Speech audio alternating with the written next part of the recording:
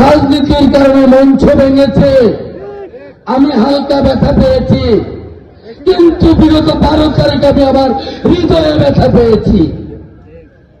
আজকের যে কারণে মঞ্চ ভাঙছে 12 তারিখে, এই কারণে ফলাফল বিপর্যয় হয়েছে। 1 নম্বর বাংলাদেশ ইউনিয়ন গর্ব করে বলতাম, বিগত 20 বছর 25 বছর সর্বোচ্চ সময় দিয়েছি বাংলাটাকে, বিনিময়ে কি দিয়েছেন হিসাব মেলে না।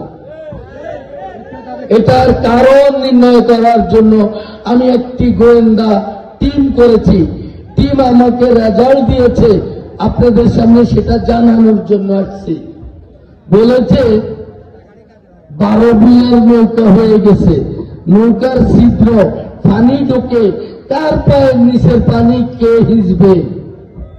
এখানে একাধিক নেতার মঞ্চ বানাই দিছি।